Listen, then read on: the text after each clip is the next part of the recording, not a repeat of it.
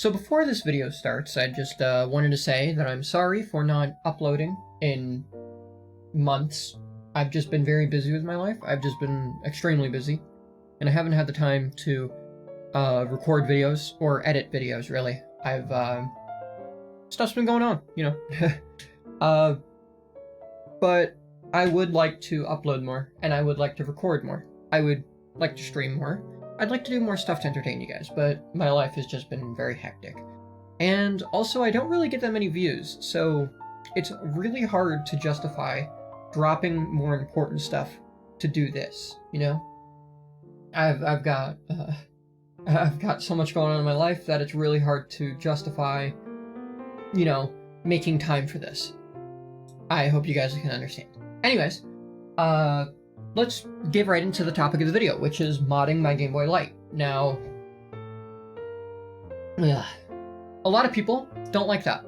A lot of people do not like the idea of modding a Game Boy Light just because they're stupid fucking purists who have this idea in their mind that the Game Boy Light must be kept exactly 100% OEM and cannot be modded at all. And to that I say, suck my left testicle. Fuck you. I don't really care. I try to keep it as OEM as possible, as original. But I just don't care because the Game Boy Light is a console that had a very limited release, but it wasn't like it was limited release because they couldn't release more. It was more or less like manufactured scarcity. They just decided not to make more. And therefore, I couldn't care less if I modded this thing because there's still shit tons more in the world.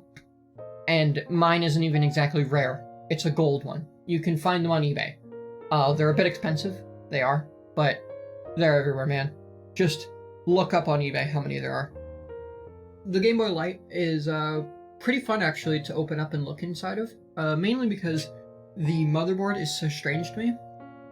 I don't exactly know what that thing is in the middle of the motherboard, and you'll see that later. I'll try pointing it out later in the video, but I've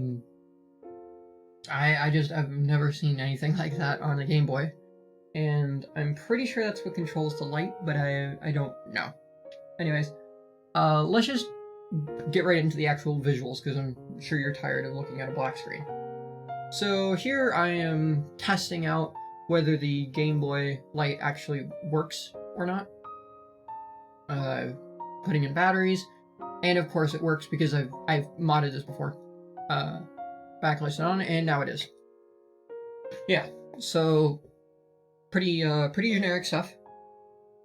But now I'm showing off. If you can't tell, I've recorded this before, but I'm showing off this battery charger for these rechargeable AA batteries that I bought online on Retro. I don't give a fuck about their store. Yeah, and you can see one of them is faulty. I actually bought the damn thing, and one of the batteries is faulty. Now I'm pulling out my screwdrivers. I pulled out the wrong one. That one is my Phillips, and this one is my Tri-Wing. You'll need a Tri-Wing screwdriver to actually open up these things, because the backs of them have screws, at least on the outside, have screws that can only be opened with a Tri-Wing screwdriver.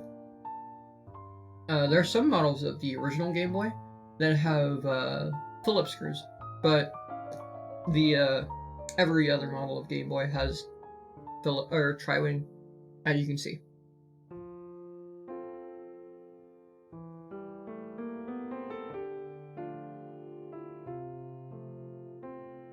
And here I am opening it up. The reason I'm not doing this on my workbench is just because my workbench is completely covered in crap, but now you can see me unscrewing the Phillips screws. There's 4 on the inside. Try not to... If it doesn't come out, like if you're trying to pull it out and it just doesn't come out, don't rip it out. I think that's pretty obvious, but don't, like, force it out. It should just slide out. Or not even slide out, it should just come out, so... Try not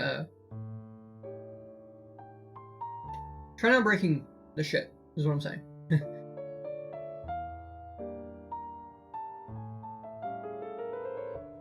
Alright, I am taking off the screen and... Oh, what's that? That's right. I have already put in a little bit of modding to this. I posted it on Reddit, and people did not like it. People did not like me modding the damn thing. Fuck them. I don't really care. But yeah, as you can see here, there's 2 wires coming off of a backlight, which you can see there, and they're going onto the electric pads. Someone online told me that these backlights weren't exactly meant for the current that comes through it, but I mean, take a look at this video. It works out pretty damn well for me. I also don't care how long the backlight lasts. I'll just replace it. I'd rather not, but I mean, whatever. You can see my phone case says Big Lizzie Gobbler. Here it is working in the darkness. It actually looks great, but I've been using a different screen now. So I've done more modifications since this point. Well, not more modifications, I should say I have modified it differently now. And I'll tell you about that later. But right now you can see me taking off the inside bits.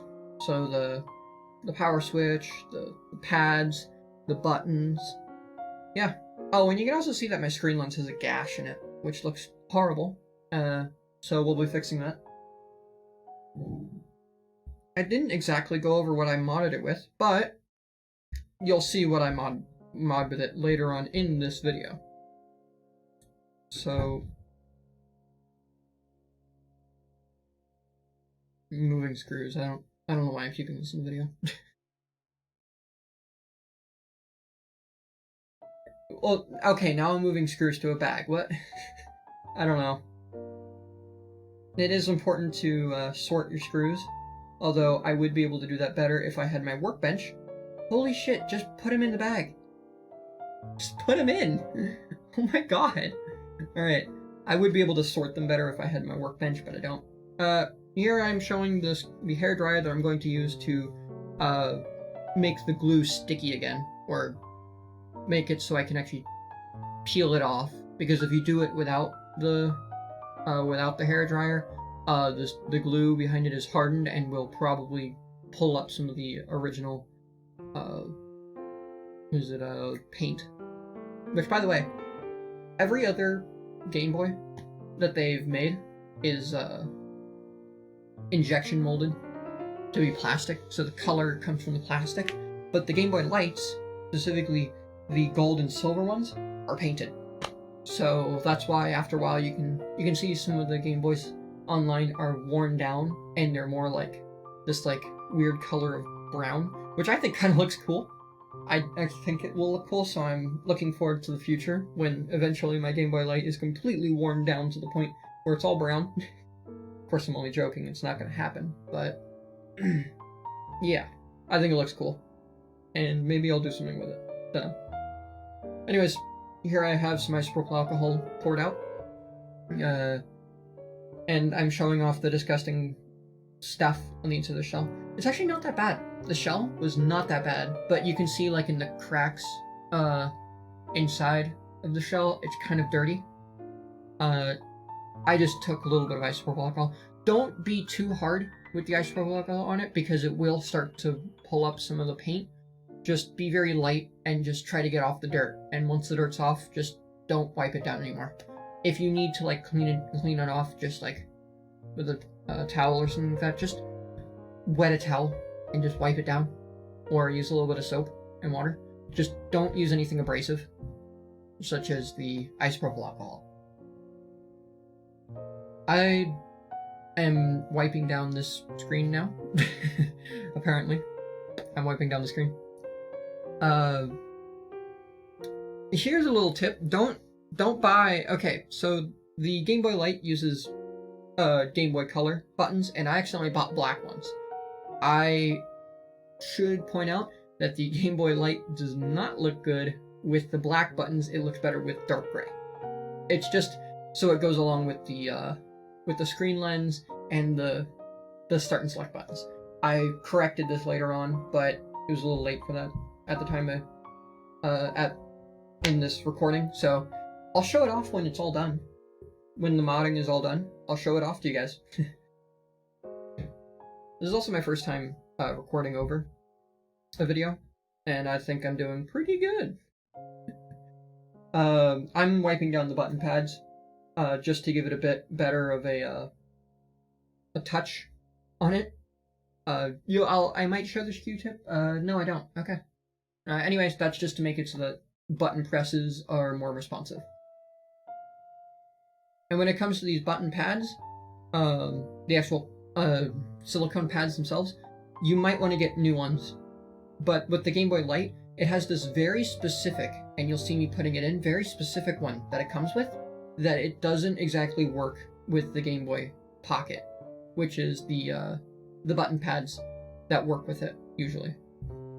So you'll have to actually use the original ones, but if you can, replace the D-pad one. It'll just have a better response than the factory ones that have been worn down over years and years of usage.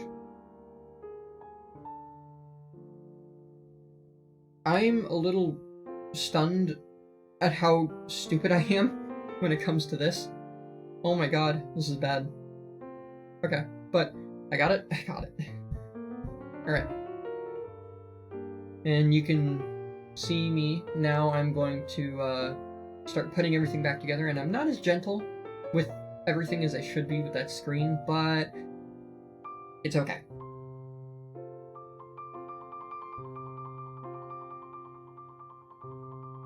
These wires that I put on the board are a little too long. I should have put little... Oh, make sure to put that back in there, otherwise you'll lose it. It's clear, and it's very easy to just drop and never find again. So, try not losing it. If you're doing what I do, which is like soldering a backlight right onto the board, you won't need it, but, you know, in case you ever decide that you want to mod another one and that little spongy bit just isn't there anymore, you might want that just as a part, so just keep in mind that you might not want to lose that. It's not a part you want to lose. I don't know if you can replace it with anything. I haven't seen anyone do it. Then again, I haven't seen anyone really mod Game Boy Lights online. But yeah, that's putting that part back together. Put that back in, obviously. Put back in the power switch, and you're gonna see me fumble putting this back in. I don't know, man. This is my first time trying this on this not on a workbench, so yeah. I'm not exactly doing the greatest. But I seem to have gotten it down, so now you just need to put in your motherboard screws. I don't know if I put in all 4, but I recommend not putting in all 4. Just because the D-pad you don't want to keep pressed down too hard. That's really all I have to say about that. Just put in your screws. You'll see where to put them. The ones with the X's, the circles with the X's on them, I mean, don't put them in. And the circles with a circle around the hole mean that that's the one you want to put it in.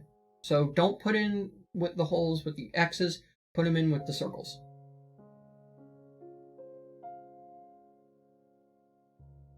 I did put in all the screws. Okay.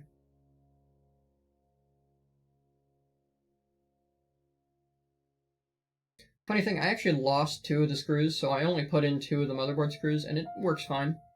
You're only trying to keep the motherboard in place. You're not exactly trying to keep it pressed down really hard. And you can see how awful the black buttons look next to the gray start and select. It doesn't fit in. Don't get me wrong, the black looks fine. It's just it doesn't fit in with the gray. I don't know what I'm trying to accomplish here. Oh, I'm trying to see if it feels good. Okay, we've seen enough. Thanks, past me. I actually recorded this months and months ago, and I'm only now getting around to editing it, because like I said in the beginning, I've been pretty busy. Here I am, testing to see if it works. And it does. Just be careful. Yeah, now screw in your, the shell screws. I mean, there's really not much to say about screwing in shell screws, other than good luck, I guess. uh, yeah. Don't strip the screws, and don't screw it too hard, because then you'll ruin the threading. Yeah, you've got it all screwed in, and you noticed that I don't have the screen lens on, so now I'm putting it on. I got it from a shop called Retro Repairs, I think it's what it's called, and it looks, and I don't like them, just because they're the only ones making like this kind of stuff, and they make pretty meh products. Ooh.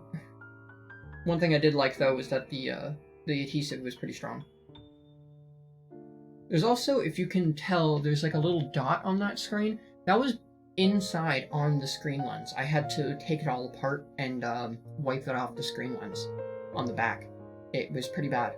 I don't know why that was there, and I'm kind of upset with that, but hey, it's alright.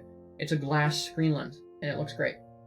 Here I am showing off that once they're fully charged, the light turns off, and that means that they're fully charged, and you can unplug it and put in your batteries, and just, you know, try out your Game Boy Light. Here's me showing off the backlight and me playing a game. I'm about to turn off the lights. Watch this. Bam. The backlight is pretty strong. I need to show you guys, though, that I am going to replace the screen and actually fully put in the backlight. Here I am playing my FNAF game that I made. It's really blurry, sorry about that. It's really hard to focus on the screen, but you'll see in a second that it focuses and it looks pretty crisp. Right now. Now. There you go. It actually looks good. And you can find this in my itch.io page, which is in my on my banner on my channel. Yeah, that's this. Thank you all so much for watching, and as always, I'm out. You're in.